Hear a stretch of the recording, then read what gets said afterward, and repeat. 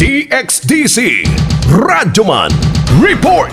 Nakahukom si City Disaster Risk Reduction Management Office Chief Retired Colonel Alfredo Baloran nga rekomendar sa Kadayawan Committee 2024 nga isiguro nakatsinelas ingon man nakainom og tubig ang mga contingent lakip ang mga partisipante aron dili mga luya. Nagkanayon si Baloran nga daghan sa mga narespondihan sa 911 medical team adto mga contingent sa indak-indak nga na-dehydrate tungod sa kauhaw gubikan kay wa paimna og tubig sa ilang mga choreographer aron dili mag-ihi samtang nagpadayon na ang kompetisyon. Itumbok usab ni Baloran ang sobrang kainit sa adlaw nga nakapaslot sa lapalapas sa mga partisipante samtang nagsubay sa labihang inita nga kadalanan diin mo'y ruta sa indak-indak o pamulak tungod kay wa magsuot og tsinelas. Gumikan ni ining mga gipangkabang nga mga contingent og participants, rekomendar ni Baloran ang iyang obserbasyon og suhestyon sa committee aron dili na masubli ang mga emergency situation.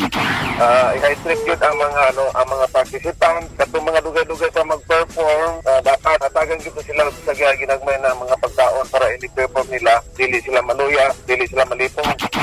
Inoon nagpasalamat ang opisyal sa kooperasyon sa publiko o tanang sektor na nakatampo aron himuong malinawon og malampuson ang Kadayawan Festival 2023. Kasama mo sa Balitog Serbisyo Publiko, Radyo Mandudong Rin Lubasbog, Tatak RMN. Tatak RMN.